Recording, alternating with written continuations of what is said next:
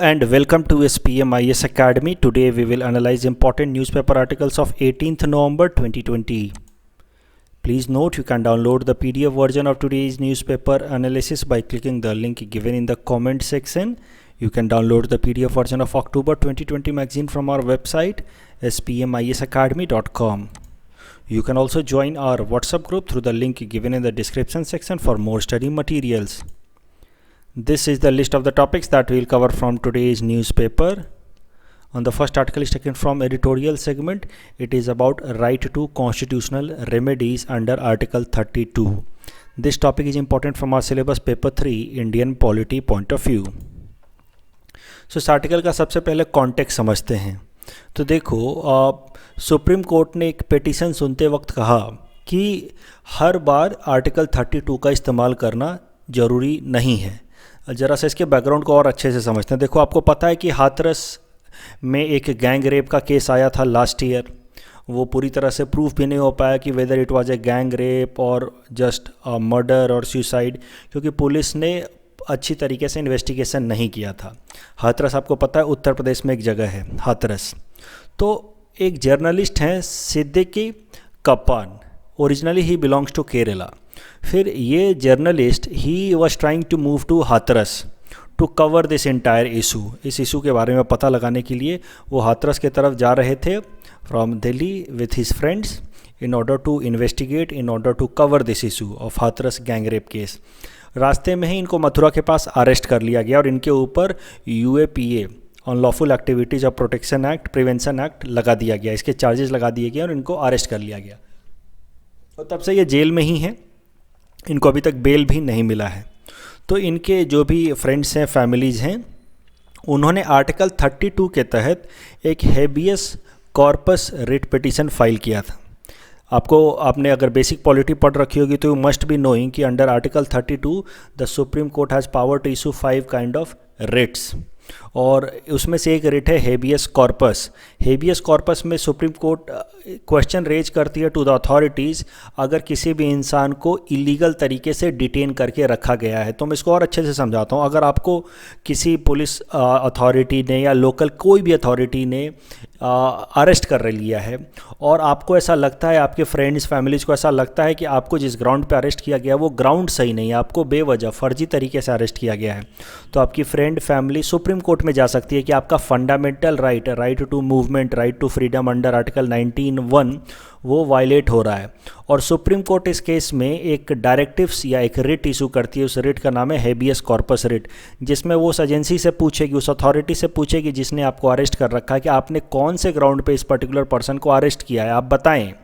और अगर वो अथॉरिटी बता ना पाए कि ये जो ग्राउंड है डिटेंशन का वो लीगल है, जस्टिफाइबल है, अगर वो ना बता पाए तो उस पर्सन को रिलीज कर देती है सुप्रीम कोर्ट, और उस अथॉरिटी के अगेंस्ट एक्शन भी ले सकती है जिसने इलीगल तरीके से एक पर्टिकुलर पर्सन को अरेस्ट कर रखा है. तो इस केस में कैसा सिद्दीक कप्पान को अरेस्ट कर लिया है उत्तर प्रदेश पुलिस ने. अब सिद्दीक कप्पान की family friends they have move to the supreme court under article 32 और सुप्रीम कोर्ट में उन्होंने एक पिटीशन फाइल किया है कि आप writ petition under habeas corpus को रिलीज करें और सिद्दीक कप्पान को फ्री कराएं फ्रॉम डिटेंशन. अब सुप्रीम कोर्ट ने इस बात की सुनवाई का डेट रखा है 20 नवंबर. तो आने वाले 20 नवंबर को इस बात पे सुनवाई होगी. ये है बैकग्राउंड, ये है कॉन्टेक्स्ट. लेकिन इसके साथ ही साथ सुप्रीम कोर्ट ने डेट तो दे दिया कि हम 20 नवंबर को इस मैटर पे सुनवाई करेंगे, लेकिन साथ ही साथ सुप्रीम कोर्ट ने ये भी कहा कि आप लोग हाई कोर्ट में भी जा सकते थे अंडर आर्टिकल 226. एक्चुअली इनको रिप्रेजेंट कर रहे थे कपिल सिब्बल. आपने it's a very noted lawyer as well as Congress के वो लीडर भी हैं और बहुत ही पॉपुलर प्रोमिनेंट लॉयर हैं इंडिया के. तो इनको कपिल सिब्बल रिप्रेजेंट कर रहे थे. और फिर सुप्रीम कोर्ट में ऐसे बोबडे साहब ने, जो चीफ जस्टिस ऑफ इंडिया हैं, उन्होंने पूछा कि आप तो हाई कोर्ट में भी जा सकते थे under article 226 for the same issue, आप इलाहाबाद हाई कोर्ट में क्यों नहीं गए? Why you came to the supreme court directly under article 32?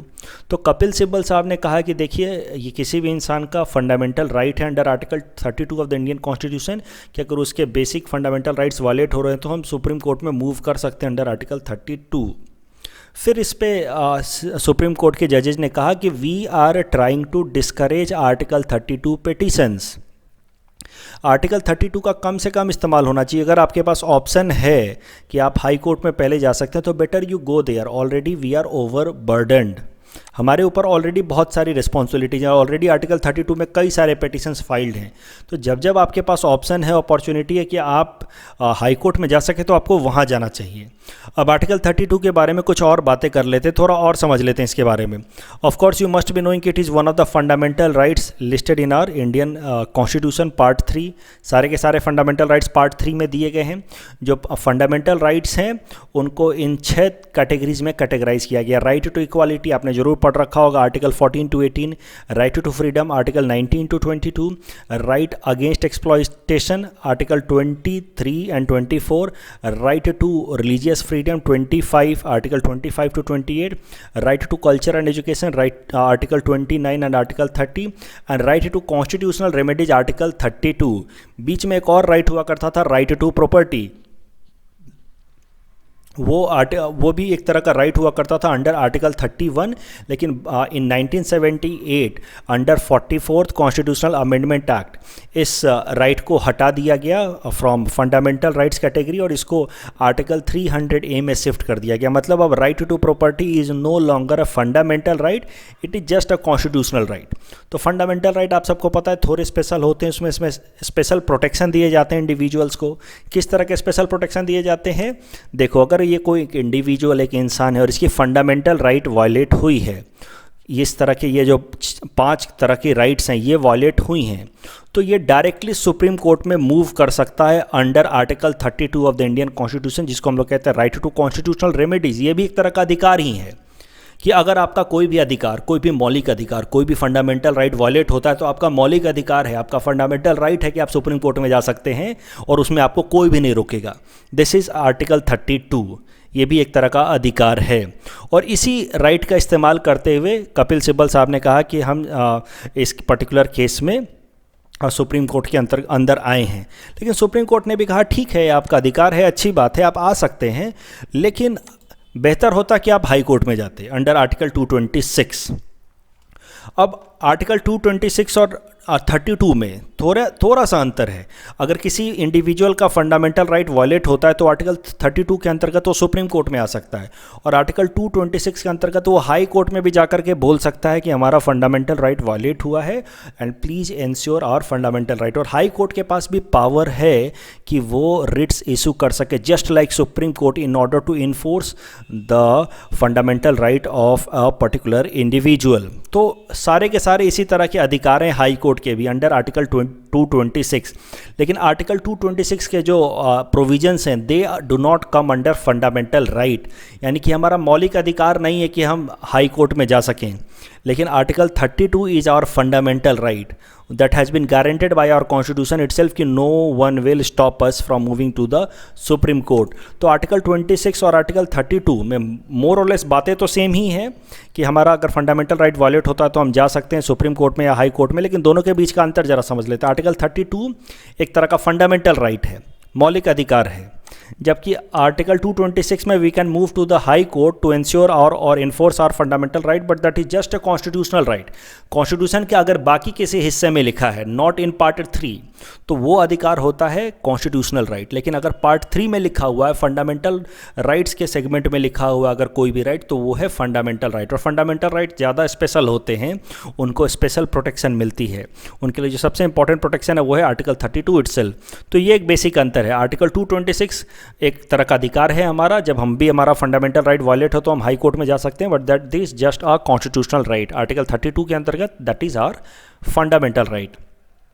उसके अलावा article 32 can be used only for enforcement of fundamental rights. अगर हमारा फंडामेंटल राइट वायलेट होता है और अगर हम सुप्रीम कोर्ट जाना चाहते हैं तो हम आर्टिकल 32 के अंतर्गत जा सकते हैं। और आर्टिकल 32 का इस्तेमाल बस अपने फंडामेंटल राइट के वायलेशन के केस में ही इस्तेमाल किया जा सकता है, but article 226 it can be used for enforcement of fundamental rights as well as other legal rights. इसको समझते हैं अच्छे से। देखिए, अगर आपका कोई फंडामेंटल राइट वायलेट होता है, समझ लीजिए राइट टू एजुकेशन आपका वायलेट हो रहा है, आपको पढ़ने का अधिकार नहीं मिल रहा है अंडर आर्टिकल 21। आपको पता है 6 से 14 साल के बच्चों का अधिकार है कि वो उनको फ्री में एजुकेशन मिलनी चाहिए। अगर किसी भी बच्चों को वो एजुकेशन नहीं मिल पा रही है तो वो बच्चा हाई कोर्ट में जा सकता है अंडर आर्टिकल 226 और सुप्रीम कोर्ट में भी जा सकता है अंडर आर्टिकल 32। लेकिन तो ये एक तरह का फंडामेंटल राइट है और इस केस में वो बच्चा कहीं भी जा सकता है, हाई कोर्ट में भी या सुप्रीम कोर्ट में। लेकिन जैसा कि मैंने आपको बताया कि right to property is now a constitutional right but not a fundamental right. यानी कि अगर आपकी कोई प्रॉपर्टी है और उसको कोई ज़बरदस्ती कैप्चर कर रहा है, अक्वायर कर रहा है, तो ये आपके राइट टू प्रॉपर्टी का वायलेशन है and that is a kind of constitutional right, not a fundamental right. इस केस में आप हाई कोर्ट में जा सकते हैं under article 226 but not in the supreme court, क्योंकि right to property is just a kind of constitutional but not a fundamental right. Article 32 के अंतर्गत आप बस अपने फंडामेंटल राइट्स को इंश्योर कराने के लिए सुप्रीम कोर्ट में जा सकते हैं, लेकिन बाकी किसी राइट्स के लिए, कॉन्स्टिट्यूशनल या लीगल राइट्स के लिए आप नहीं जा सकते सुप्रीम कोर्ट में। लेकिन हाई कोर्ट के में आप अंडर आर्टिकल 226 लीगल राइट्स के लिए भी जा सकते हैं, कॉन्स्टिट्यूशनल राइट्स के लिए भी जा सकते हैं और फंडामेंटल राइट्स के लिए तो जा ही सकते हैं। This is the basic difference between application of article 32 and article 226। अभी करंट न्यूज़ जो है, करंट इशू है, उसमें हमने देख लिया कि सुप्रीम कोर्ट ने कहा कि we are over burdened. Of course you can come to the supreme court under article 32, but better you should go to the high courts under article 226 for enforcement of your fundamental rights। अब article 32 के बारे में इस article में कुछ एक और important information दे रखी है, उसको भी ज़रा समझ लेते हैं। देखो, हमारी जब कॉन्स्टिट्यूशन असेंबली डिबेट कर रही थी हमारे कॉन्स्टिट्यूशनल प्रोविजंस को कि कौन कौन से प्रोविज़न हमारे कॉन्स्टिट्यूशन के अंदर होने चाहिए, तो उस टाइम में दिसंबर 1948 में डॉक्टर B.R. अम्बेडकर साहब ने कहा था, और ये काफ़ी फेमस कोट है कि if I was asked to name any particular article in the constitution as the most important, an article without which the constitution would be a nullity, I could not refer to any other article except this one. It is very soul of the constitution and the very heart of it.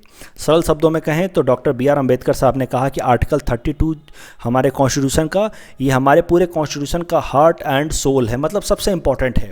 आपने सारे अधिकार दे दिए मान लो किसी को भी, और उस अधिकार के वायलेशन के केस में वो क्या कर पाएगा, कैसे उस अधिकारों को वो इंश्योर कराएगा, इन्फोर्स कराएगा, अगर वो पावर आपने नहीं दिया तो सारे अधिकार बेकार हैं। लेकिन आर्टिकल 32 ये अधिकार देता है, एक पावर देता है कि अगर आपके फंडामेंटल राइट्स वायलेट होते हैं तो कैसे उन फंडामेंटल राइट्स को इन्फोर्स कराया जाएगा, इंश्योर कराया जाएगा। That is why doctor B.R. Ambedkar said that it is very heart and soul of the Indian constitution. इस टॉपिक के बेसिस पे हमने आपको ये प्रैक्टिस क्वेश्चन दे रखा है। You can attempt this question and you can submit the answer in the comment section. The next article is taken from international segment. It talks about state sponsored terrorism. This topic is important from our syllabus paper 3 international relations point of view. It is also important from our syllabus political science optional paper from paper 2 point of view, जिसमें एक direct topic दे रखा है terrorism. तो सबसे पहले समझते हैं कि आखिर टेररिज्म है क्या, what is definition of terrorism. एक बात आपको अच्छे से जाननी चाहिए कि there is no consensus on definition of terrorism. हम और आप कोई डेफिनेशन दे जरूर सकते हैं अपने हिसाब से, लेकिन अभी तक यूनिवर्सल लेवल पे, दुनिया के लेवल पे कोई ऑफिशियल डेफिनेशन अडॉप्ट नहीं की गई है कि एग्जैक्टली टेररिज्म क्या होता है। यूनाइटेड नेशंस में तो कम से कम इसके लिए कोई डेफिनेशन कंसेंसस से अडॉप्ट नहीं किया गया है, फॉर्मल तरीके से अडॉप्ट नहीं किया गया। यूनाइटेड नेशंस के अंदर कुछ कुछ रिजोल्यूशंस लिए गए हैं जिसमें टेररिज्म को एक्सप्लेन करने की कोशिश की गई है, बट ऐसा समझो कि कोई एक जनरल रिजोल्यूशन है। फॉर एग्जांपल एक resolution number, United nation general assembly का resolution number 49 sub clause 60, 49 sub clause 60, ये जो रिजोल्यूशन है यूनाइटेड नेशन जनरल असेंबली का, ये इसका थीम था measures to eliminate international terrorism. अब जब इंटरनेशनल टेररिज्म को एलिमिनेट करने के लिए क्या क्या मेजर्स लिए जाते हैं, इस रिजोल्यूशन के अंदर, यूनाइटेड नेशंस के इस रिजोल्यूशन के अंदर टेररिज्म क्या होता है वो बताया गया है। और उसमें बोला गया है कि क्रिमिनल एक्ट्स इंटेंडेड और calculated to provoke state terror in the general public और ग्रुप ऑफ पर्सन और particular person for the political purpose. इस बात का ध्यान रखेंगे, in any circumstances unjustifiable whatever the consideration of a political, philosophical, ideological, racial, ethnic, religious और any other nature में be invoked to justify them is terrorism. अगर सरल शब्दों में कहें तो ये कहा गया है कि लोगों को डराने का काम, अगर कोई भी ऐसी क्रिमिनल एक्टिविटी की जाती है जिससे लोगों को डराया जाए ताकि उस देश की सरकार को कमज़ोर करके गिरा दी जाए, अगर इस तरह का कोई भी एक्शन लिया जाता है, देश को कमज़ोर करने का एक्शन लिया जाता है, वहाँ के एडमिनिस्ट्रेशन को कमज़ोर करने का एक्शन किया जाता है थ्रू वायलेंस, लोगों को डराने का काम किया जाता है थ्रू वायलेंस, और चाहे किसी भी तरीके से उसको जस्टिफाई किया जाए, कि चाहे वो फिलोसॉफिकल तरीके से या रिलीजन के बेसिस पर जस्टिफाई किया जाए या रेशियल बेसिस पर जस्टिफाई किया जाए, तो फिर ये एक तरह का टेररिज्म है। फिर से मैं समझा रहा हूँ, अगर आप पावर गेन करने के लिए, देखो टेररिस्ट लोगों का सिंपल फंडा है। देखो टेररिस्ट क्या होते हैं, मैं सिंपल तरीके से बता रहा हूँ, इस पूरे कॉम्प्लेक्स डेफिनेशन को सिंपल तरीके से बता रहा हूँ। जो लोग भी जानते हैं कि वो पावर फेयर तरीके से नहीं अक्वायर कर सकते, एक तरीका है पावर अक्वायर करने का कि आप इलेक्शन लड़िए, पावर ग्रैब कीजिए, तो वो है लीगल प्रोसेस, फेयर प्रोसेस। लेकिन जो लोग भी जानते हैं कि वो फेयर प्रोसेस से पावर नहीं अक्वायर कर सकते, फिर वो वायलेंस का इस्तेमाल करते हैं, लोगों को डराने की कोशिश करते हैं, सरकार के खिलाफ लोगों को भड़काने की कोशिश करते हैं, बम फोड़ते हैं और सरकार को इलीजिटिमेट डिक्लेयर करते हैं, उसको फिलोसॉफिकल बेसिस पे काउंटर करते हैं, उसको रिलीजियस बेसिस पे काउंटर करते हैं कि हमारा धर्म इजाज़त नहीं देता ऐसी सरकार को गिरा देंगे। वो सब है टेररिज्म। तो यही है टेररिज्म कि जब भी पॉलिटिकल पावर को अक्वायर करने की कोशिश की जाती है through some illegal means, by use of violence, और उसको जस्टिफाई किया जाता है with help of some philosophy और रिलीजन और रेशियल बेसिस, तो वो है टेररिज्म। लेकिन अब मुद्दा ये है कि ये जो रिजोल्यूशन था, resolution number 49 sub clause 60, that was not specifically trying to define terrorism, it was just talking about terrorism. Overall resolution का थीम क्या था? Measures to eliminate international terrorism. उसमें बोला गया कि इस तरह की एक्टिविटीज़ को टेररिज्म कही जानी चाहिए। लेकिन यूनाइटेड नेशंस में कई दफ़ा इस तरह के एक्शंस लिए गए हैं जहाँ पे स्पेसिफिकली एक रिजोल्यूशन लाया गया है टू डिफाइन क्या होना चाहिए इंटरनेशनल टेररिज्म, उसकी क्या टेक्निकल डेफिनेशन होनी चाहिए। इनफैक्ट इंडिया ने भी 1996 में ही एक कन्वेंशन प्रपोज किया था यूनाइटेड नेशन के अंदर, कन्वेंशन ऑन इंटरनेशनल टेररिज्म, लेकिन उसको कभी भी अडॉप्ट नहीं किया गया। इस तरह के कई सारे अटेम्प्ट लिए गए, लेकिन इंटरनेशनल लेवल पे कभी भी इंटरनेशनल टेररिज्म को एग्जैक्टली डिफाइन करने के लिए एक अलग से रिजोल्यूशन कभी भी नहीं लिया गया है। इस तरह के अलग अलग छोटे छोटे रिजोल्यूशन हैं। आप इस बात को समझो कि कुछ और बात कर रहे हैं कि कैसे टेररिज्म को मिटाया जाए, उसमें आपने बोल दिया कि टेररिज्म क्या चीज़ होती है, इस तरह की एक्टिविटी को टेररिज्म कहा जाना चाहिए, लेकिन कभी भी पहले डिफाइन हमने किया ही नहीं है किसी भी स्पेशल रिजोल्यूशन में, स्पेसिफिक रिजोल्यूशन में, कि what exactly should be terrorism. That is the biggest problem. जब हमें पता ही नहीं है कि एग्जैक्टली कौन कौन सी एक्टिविटी को टेररिस्ट एक्टिविटी कही जानी चाहिए, कौन कौन सी एक्टिविटी को नहीं कही जानी चाहिए, तो उसको हम काउंटर करेंगे कैसे at global level. There is no resolution at the United Nation that specifically defines terrorism. इसके पीछे कारण क्या है? Why there is no consensus? क्यों हम लोग मिल करके एक यूनिवर्सल डेफिनेशन बना ले रहे हैं? उसके पीछे कारण सरल है। एक ही एक्टिविटी को कुछ लोग कहते हैं कि ये टेररिस्ट और कुछ लोग कहते हैं फ्रीडम फाइटर है। Same activity, one state might call them as terrorist while others might call them freedom fighter. For example Kurds लोग जो हैं वो टर्की के अंदर, अब हमें ऐसा लगता है कि they are fighting for their autonomy, ऐसे बातें आती हैं अखबार में, जबकि टर्की कहता है कि वो एक तरह के टेररिस्ट हैं। फॉरगेट अबाउट कुर्द्स, आप इंडिया के एग्जाम्पल को ले लें। कश्मीर के अंदर जो भी टेररिस्ट्स हैं, जो भी टेररिस्ट एक्टिविटीज़ है, ऑफकोर्स दे आर टेररिस्ट, लेकिन पाकिस्तान उनको क्या कहता है कि they are freedom fighter and they are fighting for the independence और द फ्रीडम ऑफ कश्मीर। इस तरह के कई बार इस तरह के नारे लगते हैं जब हम लोग किसी को भी टेररिस्ट कहते हैं, तो पाकिस्तानी सपोर्टर्स कहते हैं कि they are a freedom fighter. तो ये प्रॉब्लम होती रहती है। अब ये करंट आर्टिकल पे आ जाते हैं। तो अभी तक हमने क्या देखा है कि कोई भी टेक्निकल डेफिनेशन है नहीं टेररिज्म का, और जो लोग भी हमारे लिए टेररिस्ट हैं, पाकिस्तान उनको फ्रीडम फाइटर कहता है और उनको सपोर्ट देता है, आर्म्स, एम्यूनेशंस, फंडिंग, ट्रेनिंग सब देता है पाकिस्तान। तो जो भी कश्मीर के अंदर खासकर जो टेररिज्म है, that is state sponsored terrorism from Pakistan उसको स्पॉन्सर कर रहा है। खासकर पाकिस्तान की जो आर्मी है और उसकी इंटेलिजेंस एजेंसी है ISI, वो पाकिस्तान से इन सारे टेररिस्ट ग्रुप्स को उनको फंडिंग देती है, उनको ट्रेनिंग देती है ऑन इट्स ओन सॉइल, और फिर इंडिया और अफगानिस्तान जैसे कंट्री में उनको भेजती है to create terror. Pakistan army देखो करती क्या है। पाकिस्तान आर्मी इन सारे टेररिस्ट लोगों को पाकिस्तान के अंदर प्रोजेक्ट करती है एज फ्रीडम फाइटर्स, ताकि लोकल लोगों से उसको सपोर्ट मिल सके। पहले भी हम डिस्कस कर चुके हैं कि पाकिस्तान आर्मी कभी भी नहीं चाहती कि इंडिया के साथ शांति डेवलप हो, एक तरह की हारमोनी डेवलप हो with India. Otherwise Pakistan army का इंपॉर्टेंस खत्म हो जाएगा उसके अपने देश में, और इंपॉर्टेंस खत्म होगा तो उसकी फंडिंग कम हो जाएगी। तो Pakistan army always wants to have a hostile relations with India. India Pakistan के बीच में हमेशा हॉस्टाइल रिलेशंस होने चाहिए। इस कारण से वो कुछ कुछ दिनों पे टेररिज्म स्प्रेड कराते रहती है ताकि हॉस्टिलिटी बनी रहे, और इस पर्पस के लिए वो टेररिस्ट लोगों को ट्रेन करती है, लोकल लोगों से फंडिंग कलेक्ट करती है।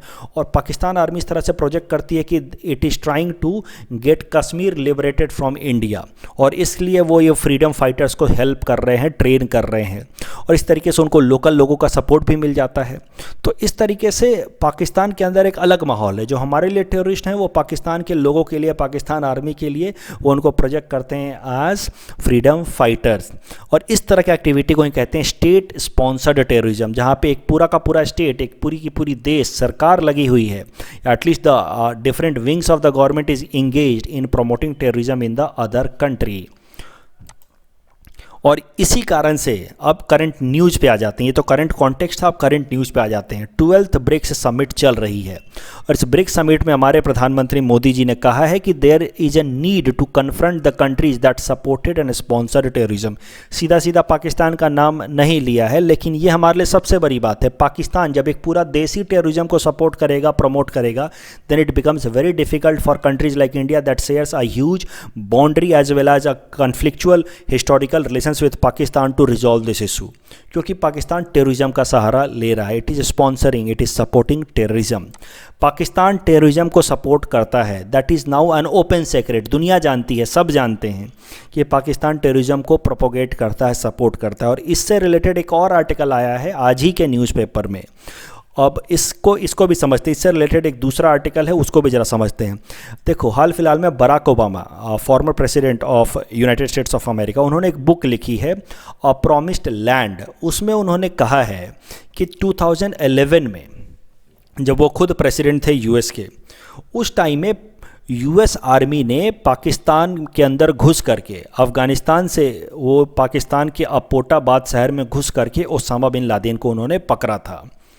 अब ये जो पूरा का पूरा ऑपरेशन था यूएस आर्मी का, जब वो अफ़गानिस्तान से पाकिस्तान में घुसे अबोटाबाद में और जाकर के ओसामा बिन लादेन को पकड़ा था, इस पूरे ऑपरेशन में मज़े की बात यह है कि पाकिस्तान को खुद ही नहीं पता था कि ऐसा कोई ऑपरेशन यूएस लॉन्च कर रहा है उसके अपने देश में। It was very surprising, it was very bizarre और फनी इंसिडेंट ऑल्सो, कि पाकिस्तान देश में घुस करके यूएस आर्मी ने ऑपरेशंस कर दिए, ओसामा को पकड़ लिया। फिर अखबारों में से पता चलता है पाकिस्तान को कि अच्छा हमारे देश में ओसामा छुपा हुआ था, और यूएस आर्मी आई और उसको पकड़ के ले गई।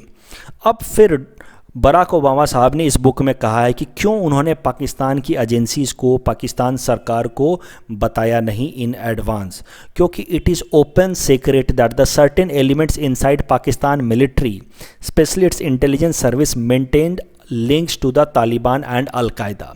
तो बराक ओबामा ये कह रहे हैं कि ये सब जानते हैं, इट्स एन ओपन सीक्रेट, कि पाकिस्तान की कम से कम इंटेलिजेंस एजेंसी तो अलकायदा और तालिबान के साथ उसके लिंक हैं, और अगर हमने पहले बता दिया होता पाकिस्तान सरकार को तो ओसामा यहाँ से निकल के पहले ही भाग जाता, क्योंकि आईएसआई को पता चल जाता, और ये बात जब आईएसआई को पता चल जाती तो ओसामा को भी पता चल जाता, और फिर ये पूरा का पूरा ऑपरेशन फेल हो जाता। और बराक ओबामा साहब ने अपने इस बुक में लिखा है कि पाकिस्तान की इंटेलिजेंस एजेंसी और पाकिस्तान आर्मी जो है वो अलकायदा और तालिबान का इस्तेमाल करती है as strategic asset against India and Afghanistan. तो हमारे देश में टेररिज्म फैलाते हैं। तो देखो, इससे रिलेटेड कई सारे सवाल आते रहते हैं जहाँ पे हमें लिखना होता है, एक्सप्लेन करना होता है कि कैसे Pakistan is conducting state sponsored terrorism against India. अब ये पॉइंट हम जब भी कभी लिख रहे हो अपने आंसर में, इस पॉइंट को सब्सटेंशिएट करने के लिए, सपोर्ट करने के लिए हम अगर बराक ओबामा साहब के इस स्टेटमेंट को लिख पाएँ, एटलीस्ट रीफ्रेज करके भी लिख पाएँ कि उन्होंने क्यों नहीं पाकिस्तानी गवर्नमेंट को कॉन्फिडेंस में लिया बिफोर कंडक्टिंग दिस ऑपरेशन, और उन्होंने कहा कि Pakistani agencies, intelligence agencies are using al Qaeda and Taliban as strategic against India and Afghanistan, so it will be a proper support और a substantial evidence to support the fact और support the argument कि Pakistan is engaged in state sponsored terrorism. The next article is taken from a disaster segment. It is about Hurricane Iota. This topic is important from our syllabus paper 2 geography point of view. It is also important from our syllabus paper 4 disaster management point of view. सो देखो current news समझते हैं। एक hurricane iota नाम का hurricane आया है in the central American region. इसका landfall हुआ on Nicaragua, that is in the Caribbean coast. आप देखो ये हरिकेन यहाँ पे कहीं पे क्रिएट हुआ कैरेबियन सी के आसपास और फिर ये मूव करते हुए जाकर के इसने निकारागुआ को हिट किया और वहाँ पे इसने काफ़ी कैटेस्ट्रॉफी भी फैलाई है, काफ़ी नुकसान भी किया to the land property and the people. अब ये टॉपिक मैं क्यों कवर कर रहा हूँ, क्योंकि ये कोई बहुत बड़ी बात है नहीं, डायरेक्टली हमारे न्यूज़ में नहीं आएगा, हमारे एग्जाम में नहीं आएगा कि बताओ हरिकेन आयोटा कहाँ आया था। लेकिन मैं आज इसलिए कवर कर रहा हूँ क्योंकि अक्सर स्टूडेंट्स को कन्फ्यूजन हो जाता है कि सर ये हरिकेन क्या चीज़ होती है, टाइफून क्या चीज़ होती है। क्योंकि साइक्लोन तो आप जानते हैं, साइक्लोन तो मैंने न्यूज़पेपर एनालिसिस में भी कई दफ़ा कराया है और आपने अपने बेसिक जहाँ से भी ज्योग्राफी पढ़ रखी होगी वहाँ पे आप साइक्लोन तो आपने पढ़ रखा होगा, उसका मैकेनिज्म तो पढ़ रखा होगा। बट आपको हरिकेन और टाइफून नाम में कुछ लोगों को कन्फ्यूजन होता है। तो अब यहाँ पर आज इसको समझने की कोशिश करेंगे कि ट्रॉपिकल साइक्लोन, टाइफून और हरिकेन होते क्या हैं। देखो सिंपल सी बात है, ये तीनों के तीनों सेम मैकेनिज्म हैं। ट्रॉपिकल एरियाज़ में हम पहले भी देख चुके हैं, कहीं एक जगह लोकलाइज हीटिंग हो जाती है, वहाँ लो प्रेशर बन जाता है, फिर सराउंडिंग विंड्स वहाँ कन्वर्ज करती हैं and because of Coriolis force it gets deflected, तो एक तरीके का फास्ट सर्कुलेटिंग विंड बन जाता है और सेंटर में वहाँ पे जिसको हम लोग कहते हैं आई ऑफ साइक्लोन, वहाँ पे लगातार कन्वेक्शनल विंड राइज करते रहती है और ह्यूज रेनफॉल होता रहता है। इस पूरे सिस्टम को हम लोग कहते हैं साइक्लोन। कई दफ़ा हम पढ़ चुके हैं। ये ट्रॉपिकल एरिया में ही होता है क्योंकि वहाँ पे ओशन वाटर थोड़ा गर्म रहता है। साइक्लोन बनने के लिए टेम्परेचर 27 डिग्री के आसपास होनी चाहिए। अब इसी साइक्लोन को, इसको अब साइक्लोन हम लोग कहते हैं, इंडियन ओशन के एरिया में हम लोग इसको कहते हैं साइक्लोन।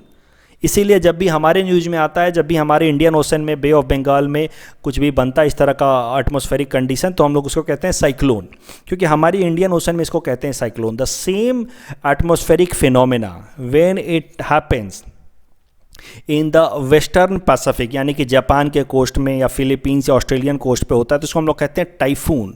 ऑस्ट्रेलिया में तो इसको विली विली भी कहते हैं, लेकिन इन जनरल यहाँ पे इसको हम लोग टाइफून कहते हैं। जापान कोस्ट पे, फिलीपींस कोस्ट पे इसको हम लोग कहते हैं टाइफून।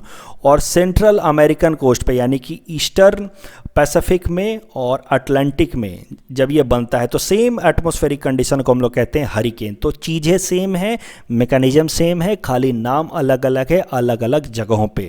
और आज देखो, आज के इस न्यूज़ आर्टिकल से ही क्लियर हो जाएगा।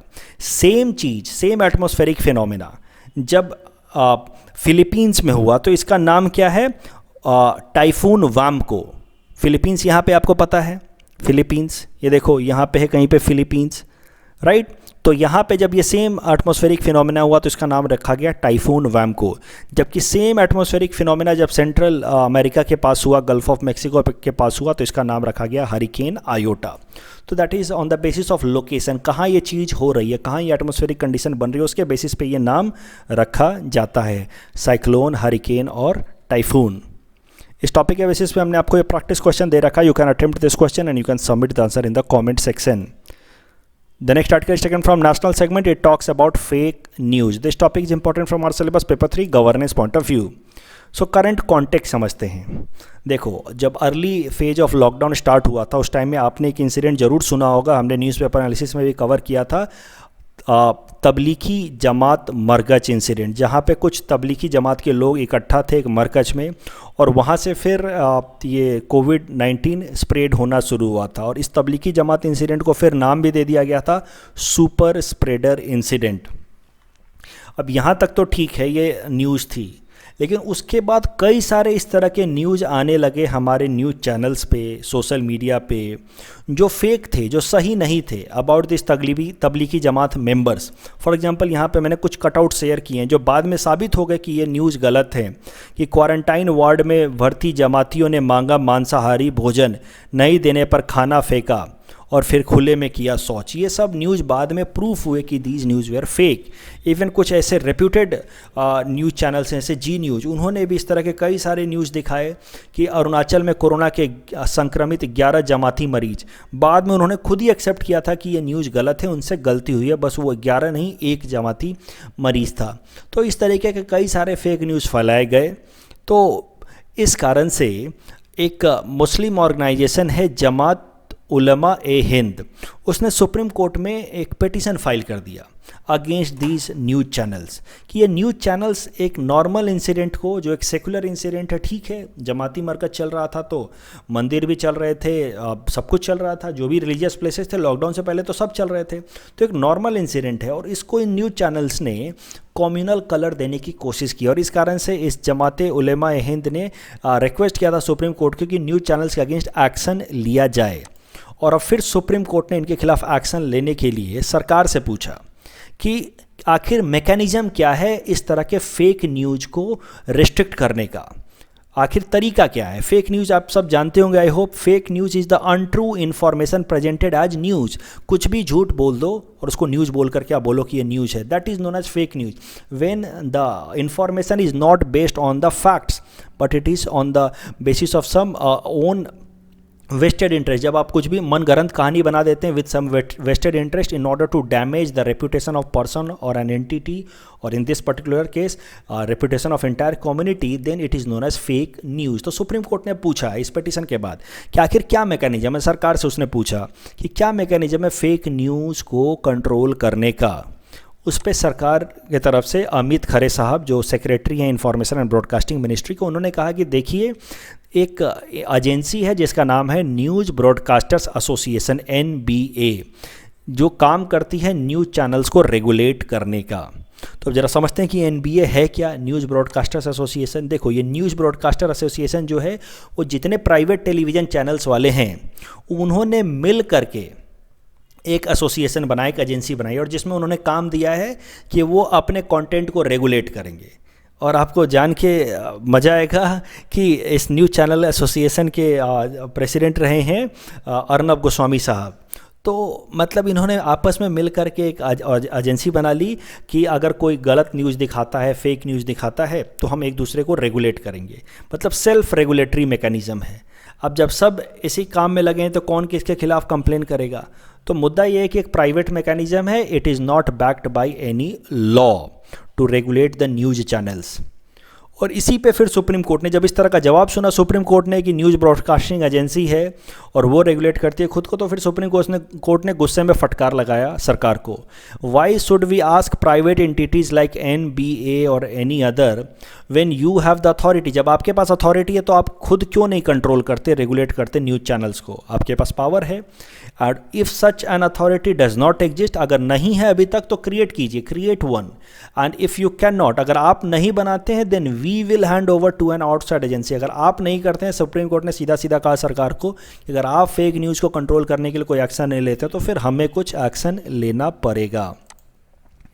अब आपको कुछ और बातें जाननी चाहिए। देखो न्यूज़ चैनल्स को अब तो आपने देख लिया कि रेगुलेट करने के लिए अभी तक कोई ना कानून है ना कोई सरकारी एजेंसी है, लेकिन न्यूज़पेपर्स के कंटेंट को रेगुलेट करने के लिए there is a law known as Press Council of India Act 1978, और इस एक्ट के हिसाब से एक काउंसिल बनाई गई है, एक स्टैट्यूटरी बॉडी बनाई गई है, प्रेस काउंसिल ऑफ इंडिया। और इस प्रेस काउंसिल ऑफ इंडिया का काम है कि न्यूज़पेपर्स के कंटेंट को रेगुलेट करे, सर्वेलेंस करे कि कुछ गलत न्यूज़ तो नहीं छाप रहे हैं, और इसके अलावा इन न्यूज़पेपर्स को वो प्रमोट भी करता है, गाइड भी करता है टाइम टू टाइम। तो एक तरह से गार्जियन का काम करता है। अब हाल फिलहाल में जो प्रेस काउंसिल ऑफ इंडिया के चेयरपर्सन है, चेयरमैन है, फॉर्मर वो जज भी रहे हैं सुप्रीम कोर्ट के, जस्टिस M काटजू, उन्होंने भी ये आर्ग्यूमेंट दिया था, उनका आर्टिकल भी हमने कवर किया है। उसमें उन्होंने कहा कि जिस तरीके से टेलीविज़न, जिस तरीके से प्रिंट मीडिया को यानी कि न्यूज़पेपर को रेगुलेट करती है प्रेस काउंसिल ऑफ इंडिया, उसी तरीके का एक कानून बनाना चाहिए to regulate television news channels as well as radios. तो अब इसी तरह का फिर अब स्टेटमेंट सुप्रीम कोर्ट ने खुद भी दे दिया। तो अब जल्दी आप उम्मीद कर सकते हैं कि सरकार एक कानून पास करेगी और एक एजेंसी बनाएगी जो कि न्यूज़ चैनल्स को रेगुलेट करो, इस तरह के प्रॉब्लम्स कुछ हद तक तो कंट्रोल हों, इस तरह के फेक फर्जी न्यूज़ के problems. The next article taken from Assam segment, it is about night sky award. तो यह न्यूज़ सिंपल है, इसको ज़रा समझ लेते हैं, हो सकता है पीटी में पूछ लिया जाए। गुवाहाटी के फोटोग्राफर हिमाद्री भुयान को एक इंटरनेशनल अवार्ड मिला है, international landscape photographer of the year award in the category night sky award category. तो अलग अलग कैटेगरीज होती हैं, इस इंटरनेशनल अवार्ड फंक्शन में फॉर फोटोग्राफर्स। और इस इंटरनेशनल अवार्ड फंक्शन में एक कैटेगरी है नाइट स्काई अवार्ड कैटेगरी। रात के टाइम में स्काई के फ़ोटो को निकालने का ही नाम है नाइट स्काई अवार्ड कैटेगरी। और ये नाइट स्काई अवार्ड कैटेगरी में इनको बेस्ट फोटोग्राफर का अवार्ड मिला है फॉर दिस फोटोग्राफ। आप देख सकते हैं इस फोटोग्राफ को। ये फोटोग्राफ जो है वो सोहरा मेघालय का है, जहाँ पे दो चीज़ों को एक साथ उन्होंने कैप्चर किया है, स्काई को और फ्लोइंग रिवर को। In our segment, most probable PT topics for upcoming APSC, today we'll cover topic number 196 to 198. Topic number 196 is about Assam bamboo and cane policy. Under it, 50% of the capital investment subsidy with limit of rupees 5 crore. For startups with innovative ideas, one-time grant of rupees 5 lakhs will be given. And there will be free distribution of tools and machines for cane and bamboo artisans. It will be implemented by State Bamboo Development Agency, and the scheme will be applicable from 1st January 2020 to 31st December 2024. Please attempt this question that is based on topic number 196. Topic number 197 is about border roads of India. Border roads are constructed and maintained by Border Roads Organization. The organization was established in 1960 for the development of road of strategic importance. It improves the security because army and arms can be mobilized easily through these roads. Border Road Organization functions under Ministry of Defense. Please attempt this question based on this topic. Topic number 198 is about Treaty of Yandabu that was signed in 1826 between Burma and British. Under Treaty of Yandabu, Burma agreed to pay rupees 1 crore as war compensation to Britishers. It also agreed to cede its coastal province of Arakan and Tenasserim. It also agreed to abandon all claims on Assam, Kachar and Jayanti, and it recognized Manipur as an independent state. After the treaty, the region came under the direct control of British. तो असम का area पूरा का पूरा Britishers के direct control में आ गया after this treaty. Please attempt this question that is based on topic number 198. This is answer of question number 193 to 195 that we are given in yesterday's newspaper analysis. Today's question can be attempted by students and you can submit the answer in the comment section. We will be sharing answer of these questions in tomorrow's newspaper analysis. कल जो हमने practice question दिया था उसका एक बार answer देख लेते हैं. Gender gap report is published by World Economic Forum. Second question was about lidar technology. It does not work in better manner in cloudy night. So the first statement is wrong. While it struggles to detect glass wall और door, the statement is right. So the correct answer will be option B2 only. That's all from our side for today. Thanks for watching.